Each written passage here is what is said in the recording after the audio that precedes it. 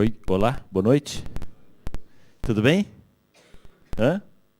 Que bom que você está aqui, nesse dia fresquinho, gostoso, né?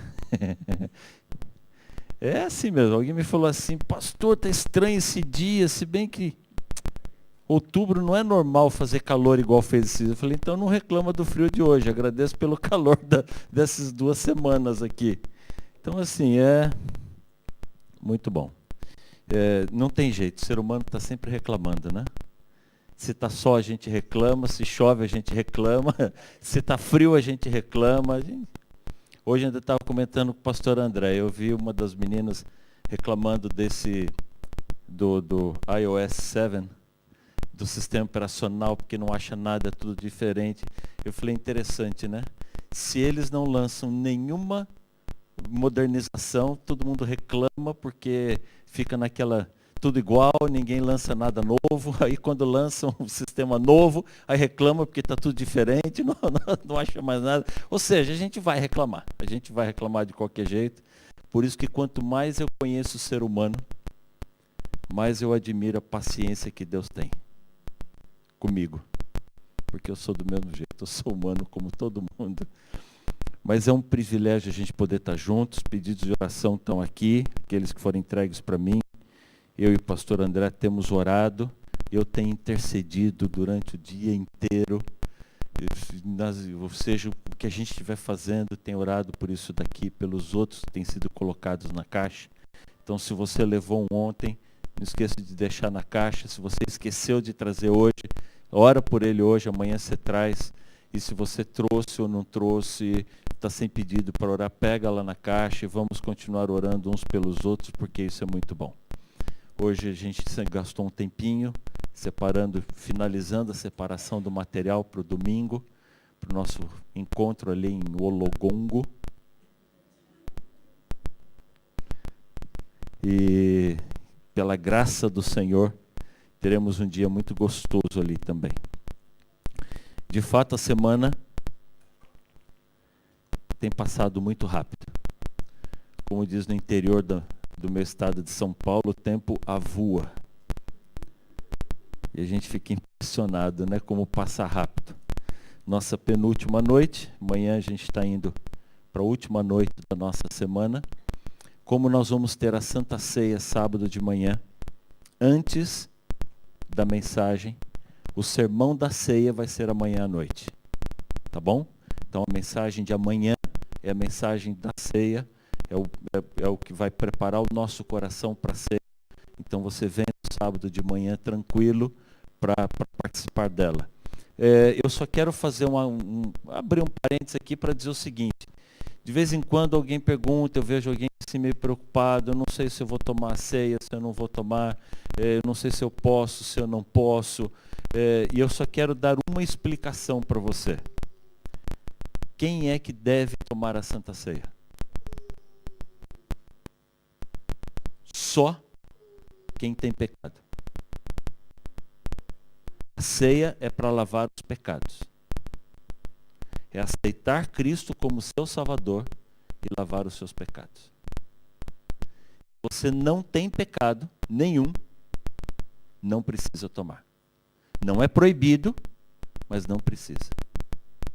Mas se tem algum pecado, você deve tomar. Entendeu o recado? Acho que entendeu, né? A Bíblia diz que quantos pecaram? Então, filho, é para você, tá legal? Para mim também, eu também tenho pecados. Mateus capítulo 28, por favor.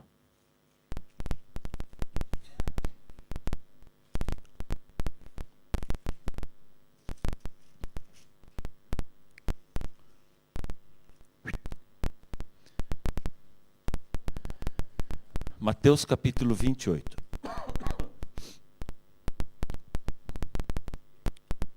Verso 18.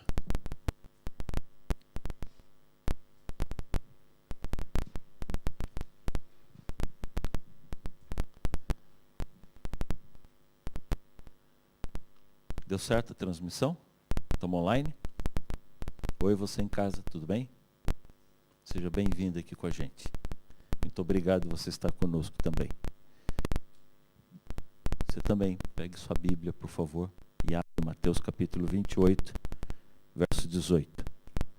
Jesus então se aproximou dos discípulos e disse a eles: foi-me dada toda a autoridade nos céus e na terra. Portanto, ide e fazei discípulos de todas as nações, batizando-os em nome do Pai, do Filho e do Espírito Santo, ensinando-os a obedecer tudo que lhes tenho ordenado. E eu estarei convosco todos os dias. Até quando? Até a consumação dos séculos. Qual é a ordem de Jesus aqui? Para fazer o quê? Ide, fazei discípulos e batizai as pessoas. Para quem é essa ordem aqui? Para quem é essa ordem aqui? Para todos nós. Você concorda com isso? Concorda ou não? Jesus está especificando algum grupo aqui ou está dizendo para todos os filhos dele? Então essa ordem é para mim. Não é para mim? Essa ordem é para você também. Não é para você? Então diga assim, é para mim. Você entende que isso daqui não é uma escolha? Você está entendendo que é uma ordem para você, não só para mim, mas para você também. Ir e pregar o Evangelho. Levar o amor de Cristo às outras pessoas. Isso não é uma opção. É um imperativo. Não tem escolha.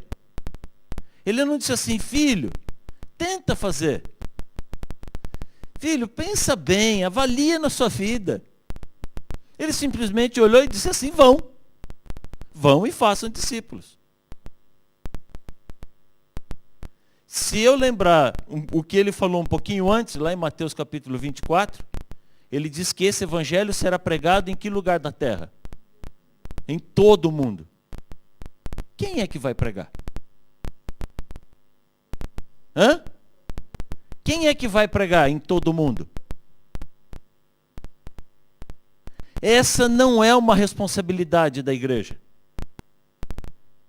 Porque quando eu digo que é uma responsabilidade da igreja, eu me escondo atrás da instituição. Eu me escondo atrás da organização. Essa é uma responsabilidade que é minha. E esse minha, eu estou dizendo, você, você, minha. Jesus disse que você é a luz do mundo. Jesus disse que você é o sal da terra. Jesus disse que você é o fermento que vai se envolver na massa das pessoas para fermentar essa massa.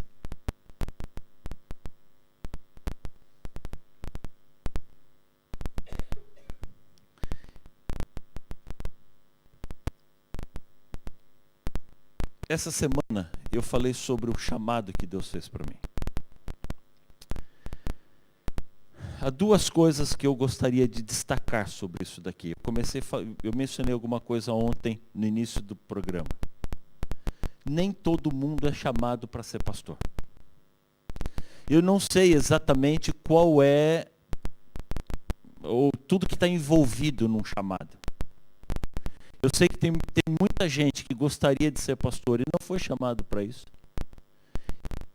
Tem outros que gostariam de ser pastor e foram chamados para isso. E tem outros, como foi o meu caso e de outras pessoas, que não queriam e foram chamados. Mas alguns são chamados para serem pastor em tempo integral. Essa é uma separação para um ministério específico. Não dá para chamar todo mundo para isso.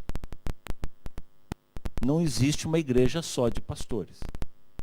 Então, alguns são chamados para serem pastor.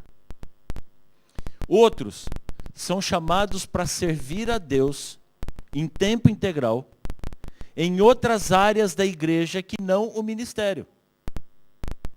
Essa igreja tem milhares de obreiros que servem em outras áreas. Tem professores, tem médicos, tem enfermeiros, tem secretárias, tem zeladores, segurança. A igreja está lotada de funcionários da igreja que são ministros, que servem a Deus em tempo integral, mas em outras áreas da igreja.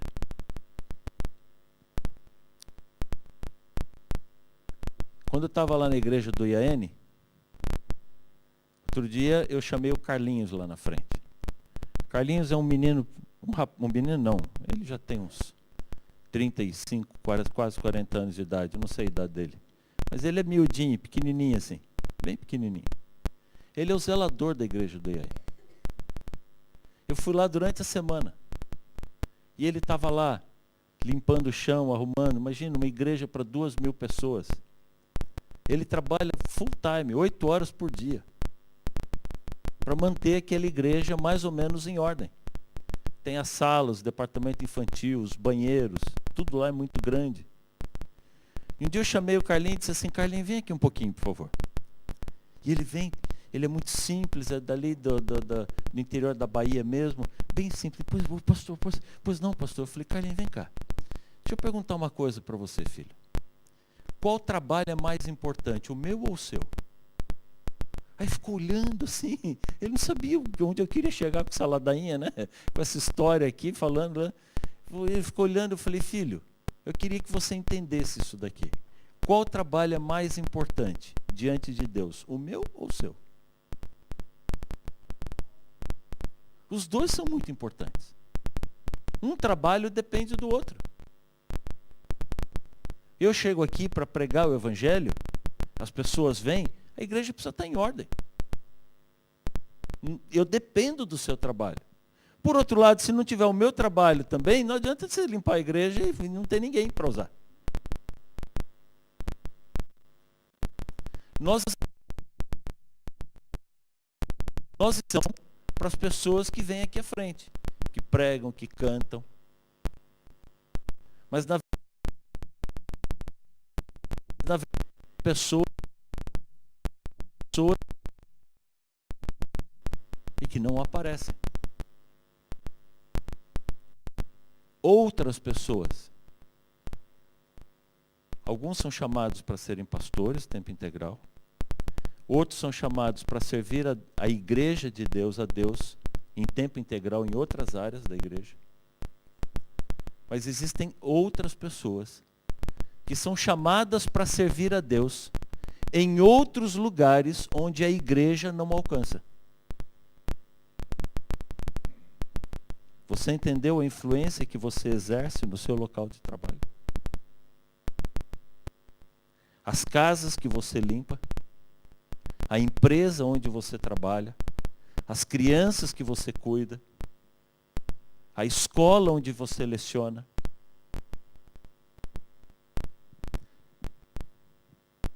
Você alcança pessoas que jamais entrariam na igreja. Não viriam. E Deus coloca você ali, para que ali você seja um centro de influência. Para que ali, aquelas pessoas que estão ali, tenham a oportunidade de conhecer o Deus verdadeiro.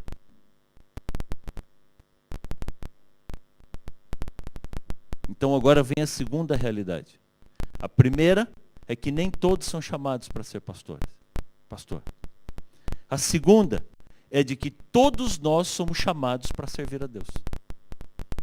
De maneiras diferentes, mas somos chamados para servir a Deus. Não tem nenhum que é mais importante ou menos importante. Todos nós somos essenciais nesse plano, nesse projeto.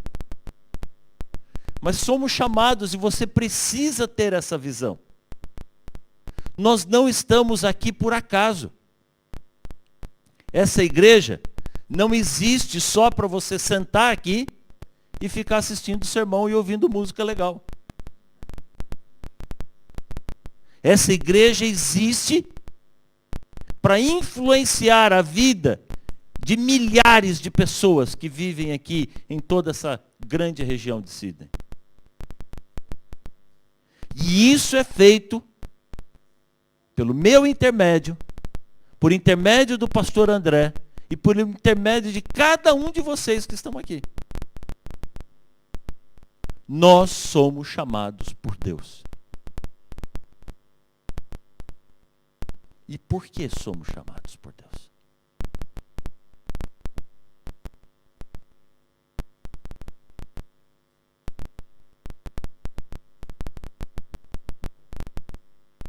Você já parou para pensar por que nós somos chamados? Por que Deus coloca essa incumbência sobre você?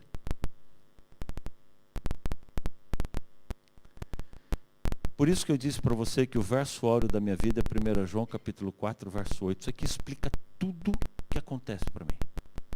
Aquele que não ama, não conhece a Deus. Por quê? Porque Deus é amor. Tudo que Deus faz, você tem a explicação simples nessa frase. Deus é amor. Se Deus me chamou para pregar o Evangelho, se Deus chamou você para pregar o Evangelho, é porque Deus é amor. Você e eu somos chamados para sustentar essa igreja. Nós sustentamos o ministério com os nossos dízimos, está na Bíblia, é obrigação.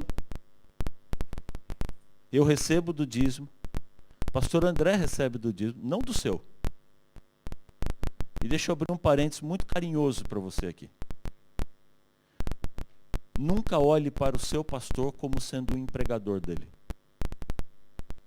Como sendo o patrão. Nós recebemos do dízimo, mas não do seu dízimo. O dízimo que você devolve para Deus. Isso vai para um fundo e para a gente não altera nada. Mas nós respondemos diretamente para Deus. Mas como você, nós também somos dizimistas. Então nós temos os mesmos direitos. Nós somos chamados para sustentar a pregação do Evangelho no mundo todo, através dos nossos dízimos. E somos chamados ainda para manter a igreja através das nossas ofertas. Por que isso? A Bíblia diz que Deus é o dono de tudo. É ou não é? Ele diz assim, minha é prata, meu é o ouro. Por que ele me chama ainda para pegar o que é meu? Ele tem tanto, eu tenho tão pouco. Ele ainda vai pegar um pouco do meu? Filho, você não entendeu. Eu e você precisamos compreender definitivamente por que somos chamados por Deus. Por que Deus pede essas coisas para a gente? Por que Deus nos dá essas incumbências? Eu demorei muito para entender isso daqui. Sabe por quê? Porque Deus passou um ano me chamando, insistindo comigo. Eu não queria, Deus insistindo comigo. E chegou uma hora que o bobão aqui, ó, o tolo, começou a pensar que seria um grande pastor. Eu falei, não, cara, eu vou ser excepcional, porque olha o quanto Deus insistiu comigo. E de repente, eu descobri que eu não sou nada. Eu sou um ninguém. Eu sou um grão de areia. Eu não faço diferença nenhuma. Hoje eu estou aqui com você, podia ter outro. Tem centenas de opções de pastores para trazer aqui.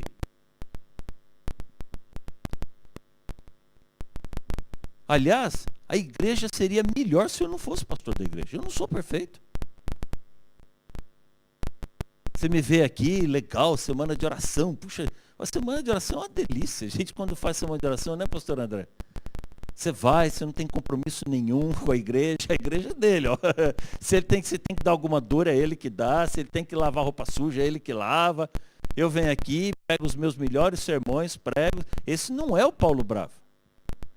Isso não é a visão que você tem do pastor quando está fazendo a semana de oração, é totalmente da visão que você tem do seu pastor. É ele que vive com você todos os dias.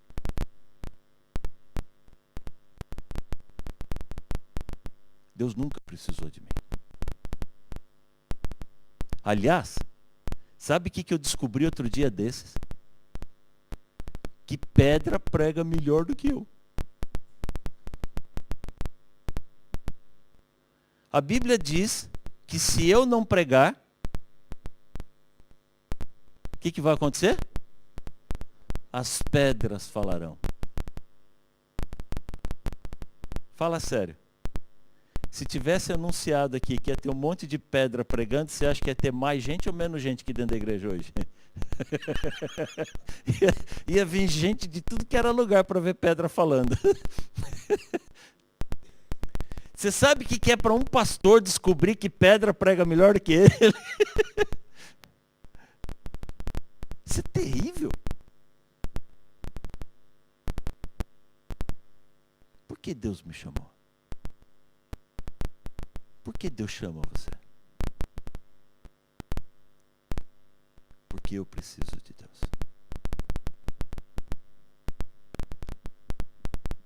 Porque você precisa de Deus. É só você entender quem precisa de quem. Deus pregaria o evangelho muito melhor sozinho. Você discorda de mim? Ou concorda comigo? Deus sustentaria essa igreja muito melhor sozinho. Você concorda ou discorda? Deus não precisa nem de mim nem de você. Nunca precisou. Mas eu preciso, você precisa. Para Deus é muito mais difícil. Para Deus dá muito mais trabalho. Mas Deus é amor. Como um pai que ama seus filhos, Deus não consegue imaginar a vida dele sem eu e você. Ele faria melhor sozinho, mas não tem graça fazer sozinho. Sabe quando o pai vai lavar o quintal? Vai lavar o carro. E num dia de calor e os filhos vêm assim. É muito mais gostoso lavar com os filhos. Dá mais trabalho. Mas é mais gostoso. Eu quando chegava do supermercado em casa, meus filhos eram pequenos. Num instantinho eu podia pegar aquelas sacolas que estavam ali no porta-malas do carro e levar para dentro de casa. Mas é tão gostoso ter os meus filhos comigo. Eles se sentiam tão bem quando me ajudavam. Eu chegava, eles já vinham correndo para me ajudar. O tempo que eu podia tirar as coisas do carro rapidinho sozinho, eu ficava ali escolhendo que sacola cada um podia levar. A minha filha era um pouco mais velha. Eu já podia dar para ela a sacola que tinha o pacote de açúcar, o pacote de arroz ali, porque ela tinha prazer em dizer que tinha força para carregar aquilo. Mas o meu garoto, pequenininho, 3, 4 aninhos de idade, eu ficava escolhendo, eu não podia dar qualquer sacola. Aí eu descobri que a sacola ideal para ele carregar era que tinha um papel higiênico. É porque é leve, é grandão, mas é leve, não quebra, não estraga, ele caía, derrubava, rolava por cima, não tem problema. E eu dava aquele pacote para ele, ele ficava olhando para mim com aquela expectativa. E eu falava assim, filho, você consegue? Consegue, pai. Aí ele saia arrastando assim, olhava para mim e falava, tá pesado, pai. Mas você consegue? Consegue, pai? E vinha fazendo careta assim. Daqui a pouco ele encontrava com a mãe dele, abria um sorriso de orelha a orelha. Estou ajudando o pai, mãe. Que gostoso que é para um pai quando os filhos trabalham com ele. Dá mais trabalho. Muito mais trabalho. É muito mais difícil. Quando terminava de tirar as coisas do carro, eu tinha que sair pela casa, ajuntando as sacolas, porque onde ele cansava, ele largava.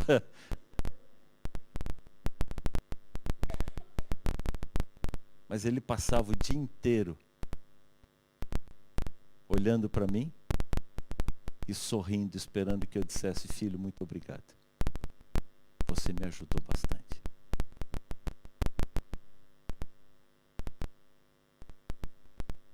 Você entendeu porque Deus chama você? Você entendeu porque Deus chamou a mim? Deus não precisa. Mas como é gostoso quando a gente tem esse relacionamento. Como faz bem quando a gente se envolve nesse nível.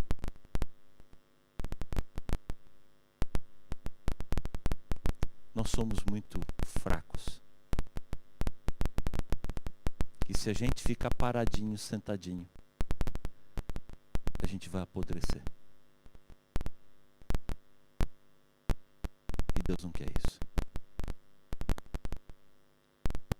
Sabe por que Deus me chamou para ser pastor? Porque eu precisava desse ministério. Durante esses 26 anos que eu sou pastor, durante os 5 anos que eu passei fazendo teologia, são mais de 30 anos nessa história, Deus vem mudando a minha vida.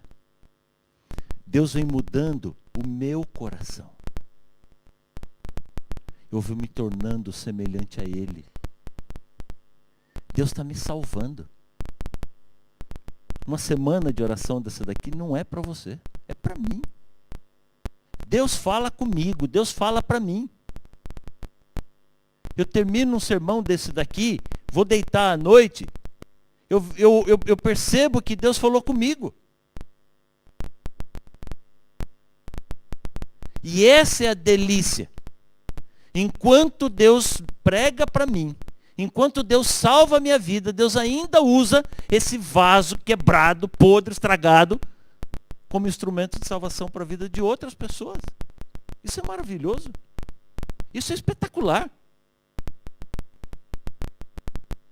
Deus nunca chamou as pessoas porque elas tinham capacidade, potencial.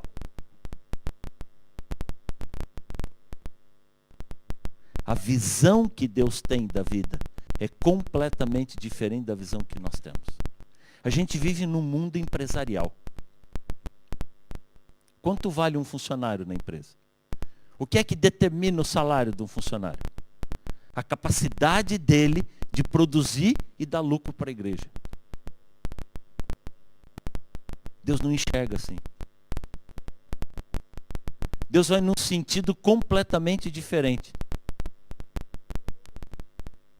Quanto menor é a nossa capacidade, mais Deus se apaixona pela gente. E vem trabalhar na nossa vida.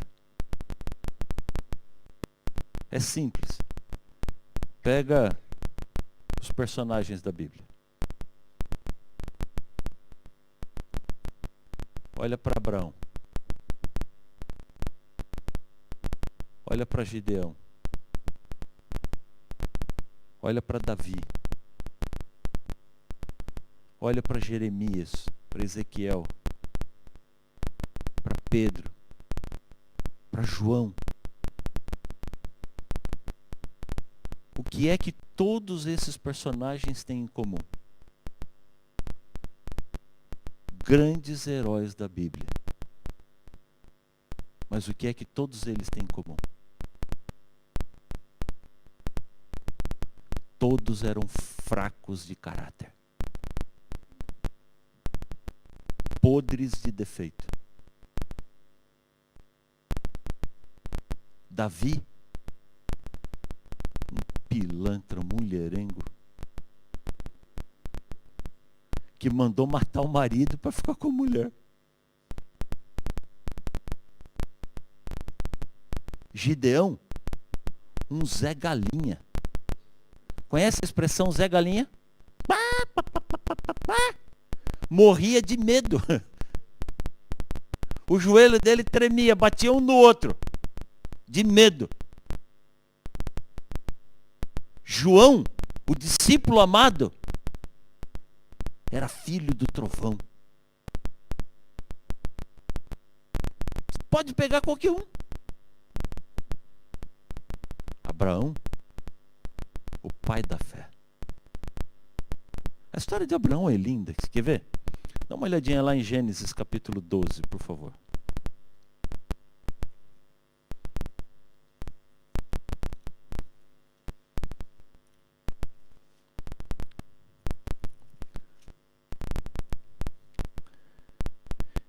Gênesis 12 traz o chamado de Deus a Abraão. Que chamado maravilhoso, que chamado espetacular.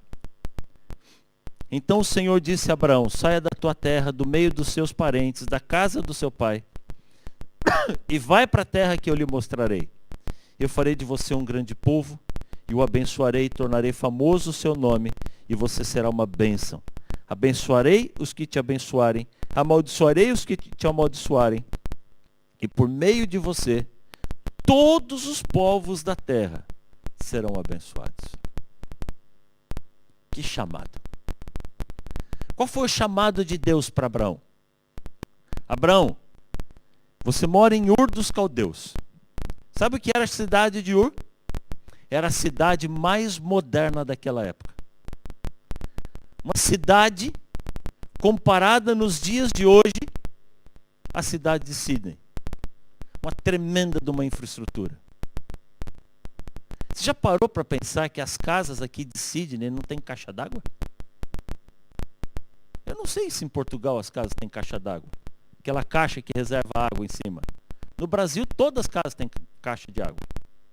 Porque falta água da rua. Falta água da prefeitura. Você tem que ter reserva dentro de casa. Aqui, a infraestrutura funciona tão bem que ninguém precisa ter reserva de água em casa. O transporte público é muito bom. O sistema de ruas é uma cidade que tem uma infraestrutura boa. Ur dos Caldeus era desse jeito. Claro, comparado às limitações da sua época, quando na maioria das cidades as pessoas tinham que andar 300, 500, 800, 2.000, 5.000 metros para buscar água. Em Ur dos Caldeus, eles tinham água em todas as casas. Eles foram abrindo canais grandes, puxando água dos rios. Daqueles canais grandes, abriam canais menores. E dos canais menores, abriam canais pequenos que chegavam em todas as casas. Abraão morava numa metrópole. Moderna. Desenvolvida. Deus olha para Abraão e diz assim, Abraão, larga tudo isso daqui. Não tinha empresa de mudança, que vem dentro de casa, embala todas as coisas e instala tudo na outra casa para você. Não tinha caixa eletrônico, ATM, que ele podia sacar dinheiro em qualquer lugar do deserto. Não tinha dinheiro. Abraão era rico, podre de rico. Sabe como era medida a riqueza de um homem? Não era pelas terras dele. Não era pela conta bancária dele. Era pelo tamanho do rebanho. E pela quantidade de servos que ele possuía. Isso quer dizer que Abraão tinha um rebanho imenso e tinha um monte de servos. E Deus diz assim, agora pega toda a sua tralha, toda a sua tranqueira, e vai. Para onde? Vai, filho. Eu vou te mostrar. Deus não deu todos os detalhes, mas já deu uma evidência aqui. Você não vai ter moradia fixa. Você vai passar a sua vida andando de um lugar para o outro, construindo altares. Porque você vai abençoar esse mundo. Que chamado. E que disposição de Abraão em aceitar esse chamado. Mas sabe por que Deus chamou Abraão? Porque Abraão era fraco de caráter. Eu levei um susto quando eu descobri isso daqui. Sabe onde é que nós vamos encontrar Abraão? Logo em seguida, verso 10. Na terra por onde Abraão foi, havia fome. Então Abraão desceu para o Egito, para viver ali no Egito por um tempo, porque a fome era muito grande. Quando estava chegando ao Egito, Abraão olhou para Sarai, para sua esposa, para sua mulher, e disse assim: querida, você é linda. Qual é a mulher que não queria ouvir isso do marido? Tem mulher que passa a vida inteira sonhando em ouvir isso do marido, o marido nunca fala. Olhe para sua esposa agora e diga: querida, você é linda. Fala. Não é para mim, não, é para ela.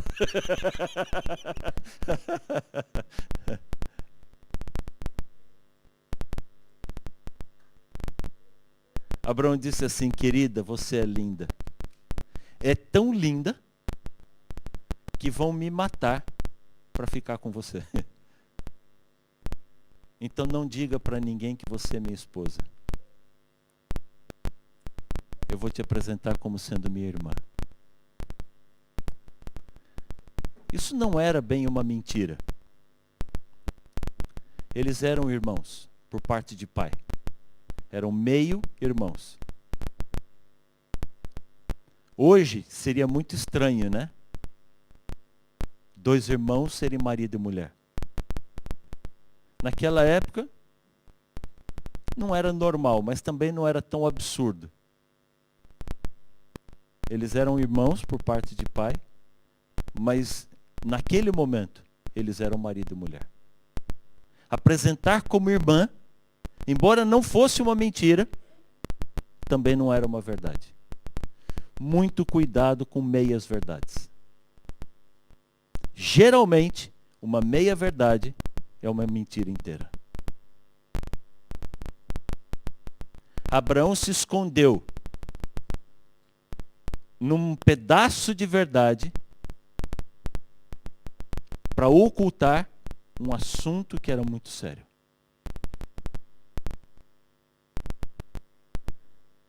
Qual é a mulher que ficaria feliz em saber que o marido dela está entregando ela para qualquer homem que chegar na frente?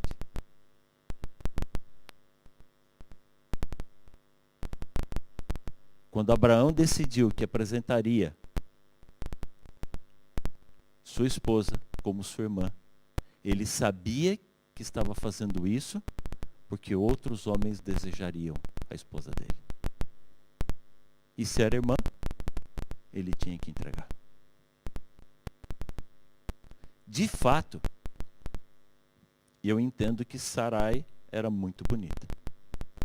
Porque quem foi que se apaixonou por ela? O rei, o faraó. Ela foi parar no palácio. Qual é a mulher que não gostaria de parar no palácio? Mas não desse jeito. Sarai não estava feliz. E ela clamou a Deus. Cuidado com a oração das mulheres. Porque Deus ouve.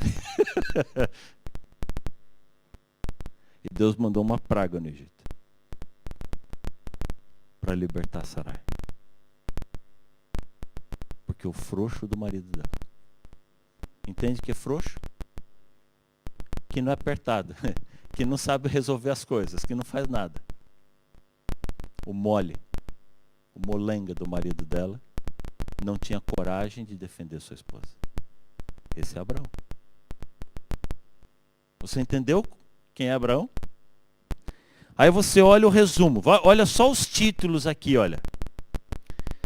Capítulo 14, Abraão socorre Ló. Final do capítulo 14, Melquisedeque abençoa Abraão. Capítulo 15, Deus faz uma aliança com Abraão. Capítulo 16, Abraão faz a bobagem de ter um filho com a sua serva. Capítulo 17, a circuncisão, o sinal entre Deus e o seu povo. Capítulo 18, Deus promete o filho para Abraão. 19, falando da destruição, mas Deus vem direto para Abraão. Abraão intercede por Sodoma e por Gomorra. E agora nós chegamos ao capítulo 20. Quando depois de toda a sua jornada, Abraão já estava com a sua fé bem mais fortalecida. E a Bíblia diz aqui no capítulo 20 que Abraão saiu dali para a região do Neguebe e depois morou um tempo na cidade de Gerar. E lá em Gerar, novamente Abraão olhou para sua esposa e disse: querida, você é linda. Sara não aguentava mais ouvir isso. Imagina a mulher pegar trauma de ser elogiada. Querida, vão me matar por causa da sua beleza. Eu vou apresentar você como sendo minha irmã. Sarai olhou para Abraão e disse assim: vai começar tudo de novo. De fato, ela era muito bonita. Quem foi que se encantou com ela de novo? O rei. O rei. Está aqui, Abimeleque. Ela foi parar no palácio de novo. Mas não era no palácio que ela queria estar.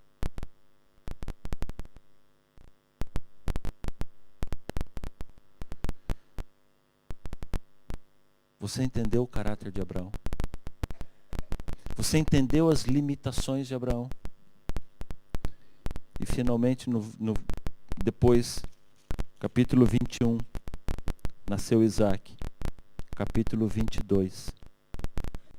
A Bíblia diz que passado algum tempo, Deus colocou Abraão à prova, dizendo: Abraão, tome o seu filho, seu único filho, o filho a quem você ama, e vá para a região do Moriá, e ali sacrifique o seu filho como holocausto.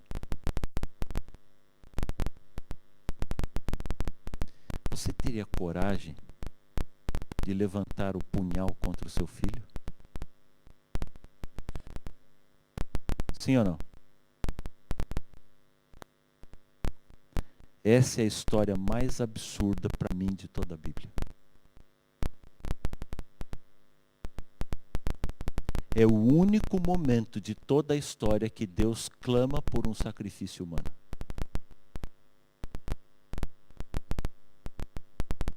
Deus nunca aceitou o sacrifício humano. Isso era a maior abominação para Deus. As duas coisas que mais incomodavam a Deus, quando o povo de Israel se entregava à idolatria, adoração aos falsos deuses, aos deuses das nações vizinhas, é porque haviam as prostitutas religiosas, orgia sexual, e a maior abominação de todas, porque o povo de Israel pegava os seus filhos pequenos e sacrificavam nos altares dos deuses pagãos. Deus dava os filhos para Israel, e Israel matava os seus filhos em adoração aos deuses falsos. Deus nunca aceitou o sacrifício humano. Mas nesse momento, Deus pediu. Havia uma lição para mim e para você, em cima desse sacrifício. Mas também havia uma lição para a vida de Abraão. A primeira lição tinha a ver com Abraão. Abraão tinha que entender o que é renúncia. Abraão tinha que entender o que é servir ao Senhor. Abraão tinha que entender o que é se entregar por completo nas mãos do Senhor. Abraão entendeu. Abraão viveu essa experiência. Abraão teve coragem de seguir em frente. Por isso Abraão é o pai da fé. Eu não conheço nenhuma entrega maior do que essa daqui. Porque Abraão levantou o punhal. E até hoje eu não consegui entender qual entrega foi maior. Se a de Abraão de levantar o punhal ou de Isaac de ficar deitado no altar esperando aquele momento.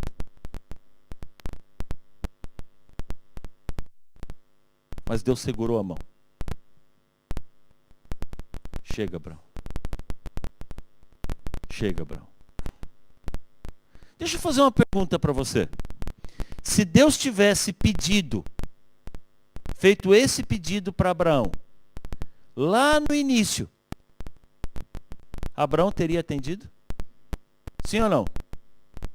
Não por quê? Porque ele não estava preparado para isso. Você entendeu porque Deus chamou Abraão?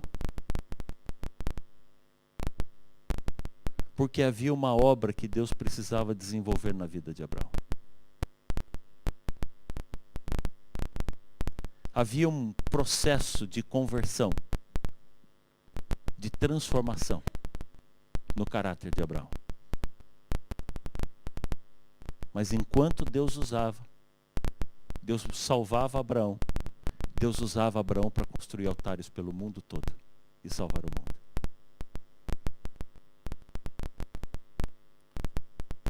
Por isso Deus me chamou para ser pastor. Hoje, Deus consegue fazer coisas comigo que Ele não conseguia fazer há 26 anos atrás. Deus vem mudando a minha vida, o meu coração. E enquanto Deus me salva, Deus me usa para sair construindo altares pelo mundo.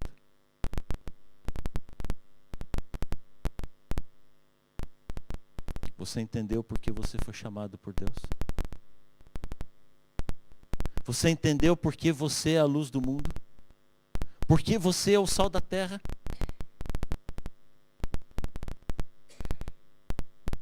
Porque Deus não precisa de você. Mas você precisa de Deus. Então não fuja do chamado de Deus. Coloque sua vida nas mãos do Senhor. Entenda qual é o plano de Deus para você. Exponha os seus sonhos, as suas vontades, os seus ideais. É muito bom sonhar. A gente precisa sonhar. Mas submeta tudo isso às mãos do Senhor e diga assim: Senhor, qual é o teu sonho para mim? Porque os sonhos de Deus são melhores, são maiores. Porque faz bem para mim e para você quando a gente se relaciona com Deus. Faz bem para Deus quando Ele se relaciona com a gente. Dá mais trabalho, é mais difícil, mas é muito mais gostoso.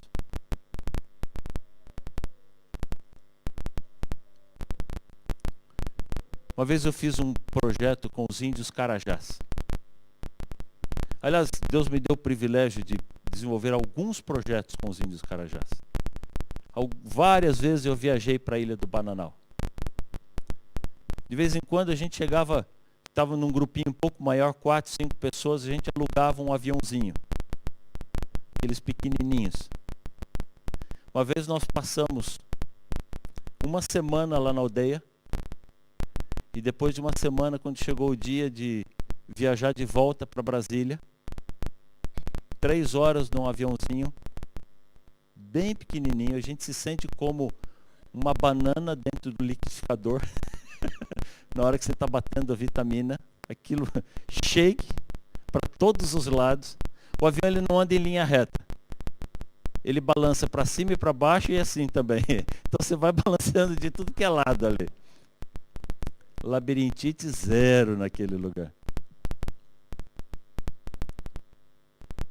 Uma pista de terra, 7 horas da manhã, o piloto do avião me aparece fedendo cachaça, cheirando álcool. Eu olhei para ele e falei assim: rapaz, você é doido? Você é maluco? Por que, pastor? Eu falei: porque nós vamos voar 3 horas, você é o piloto do avião, você me aparece bêbado aqui?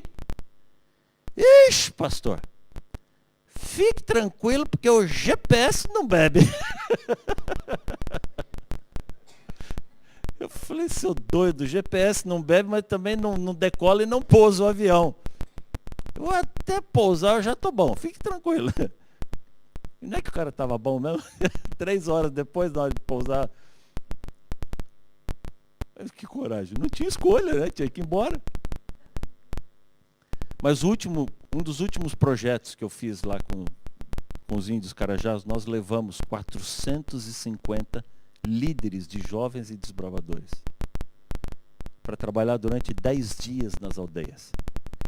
Foi um projeto tremendo, assim. Eu fui quase um mês antes e fiquei quase 10 dias depois, organizando, preparando, depois limpando, viajando num barquinho, numa voadeira. Sabe o que é voadeira? Aqueles barquinhos de alumínio pequenininho, que põe um motor de polpa atrás, e quando acelera o motor, metade dele sai da água assim, então eles chamam de voadeira aquilo. Viajando com o pastor João Herreriá ali pelo rio Araguaia, bebendo água do rio. Eu usava um filtro que eu trouxe dos Estados Unidos, filtrava a água do rio Araguaia. O pastor João Herreriá falava assim para mim: pastor, como é bom viajar com o senhor, a gente não sente falta das coisas, né? À noite tinha que tocar o jacaré dos bancos de areia para poder montar a barraca ali. Passava com a lanterna assim, ó, tem um banco de areia, passava a lanterna, tinha às vezes 18, 22 pares de olhos ali.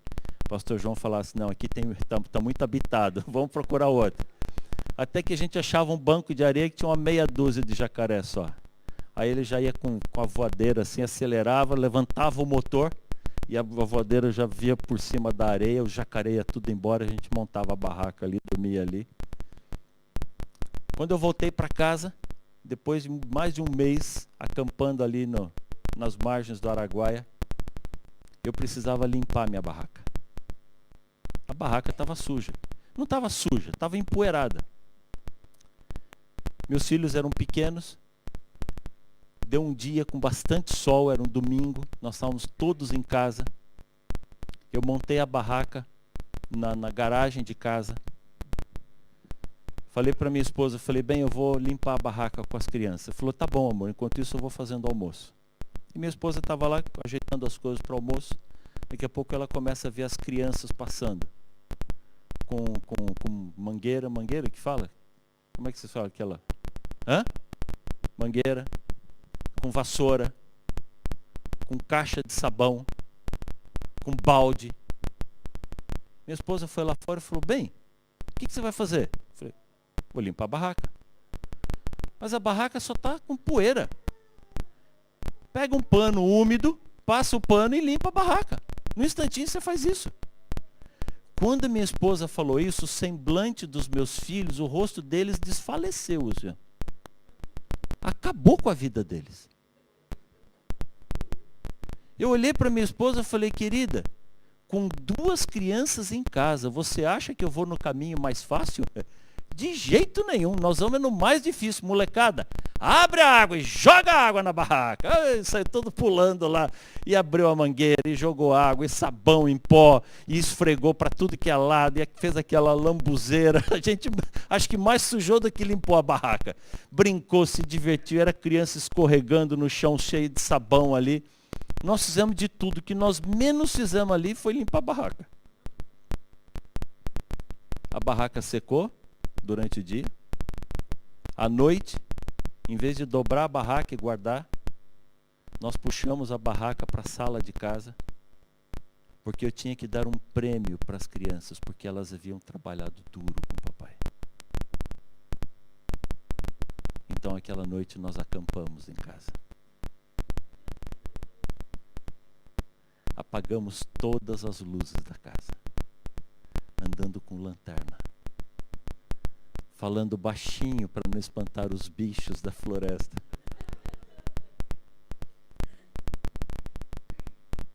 Contando histórias para eles dormirem dentro da barraca.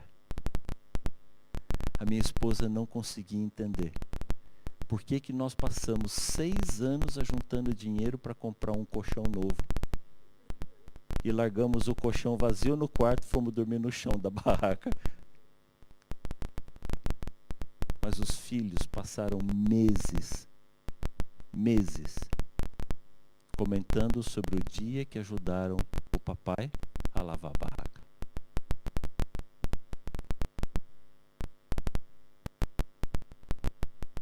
Não há um lugar do mundo que eu queira estar se os meus filhos não estiverem ali comigo. Vocês são adoráveis. Esse lugar é maravilhoso. Mas eu não vejo a hora de voltar para casa.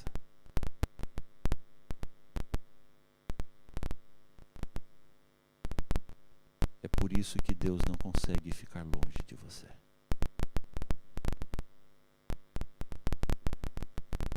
É por isso que Deus disse: filho, vai pregar o Evangelho. Vai cumprir a tarefa. Sabe por quê? Porque aí nós vamos estar trabalhando juntos. Eu e você. Todos os dias. Até a consumação dos séculos. Que Deus abençoe você. Que o seu ministério possa crescer. Seja lá qual for seu ministério.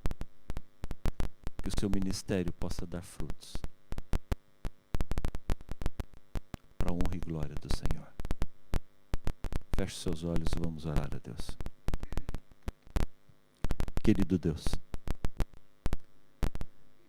como é gostoso estar ao teu lado, Senhor. Como é bom ouvir a tua voz, como é gostoso entender o teu chamado para cada um de nós. Como nós precisamos do Senhor. Cada um de nós serve ao Senhor de uma maneira completamente diferente do outro. Mas entendemos que todos esses ministérios são importantes aos teus olhos. Por isso eu quero pedir que o Senhor coloque tua mão sobre cada um de nós. E faça de nós ministros teus, obreiros teus. Seja lá onde convivemos. Mas que nós sejamos uma luz na escola em que estudamos. Que nós sejamos uma luz na empresa onde trabalhamos. Nas casas, com as famílias, com as pessoas, na vida as quais o Senhor nos dá a oportunidade de serem tocadas pelo teu Evangelho. Nós precisamos te servir, Senhor. A gente nem sabe direito como fazer isso. Mas hoje é uma noite de entrega. Muitos dos teus filhos hoje estão dizendo: Senhor, eu não sei como pregar. Eu não sei como falar. Eu não sei o que fazer. Abra as portas para que todos nós sejamos úteis nas tuas mãos, Senhor. Usa a nossa vida. Faça de nós centros de influência nesse mundo, para que o teu nome seja exaltado, para que o teu Evangelho seja pregado e para que logo o Senhor possa voltar a esta terra, Senhor. Obrigado pelo privilégio de estarmos na tua presença. Obrigado porque o Senhor aceita a nossa vida. Obrigado porque o Senhor opera essa obra de transformação. Isso é uma obra que dura a vida inteira, mas cada dia nos sentimos mais perto de ti, Senhor. Dá-nos uma boa noite. Acompanha-nos durante o dia de amanhã. Nos ajude na preparação para o sábado. Mas amanhã à noite, por favor, Senhor, nos traga de volta. Eu te imploro, eu te peço, eu te agradeço. Em nome de Jesus. Amém, Senhor. Amém. Que Deus abençoe você. Uma noite bem gostosa para você, embaixo da coberta. Bom descanso e até amanhã, se Deus quiser. Deus te abençoe.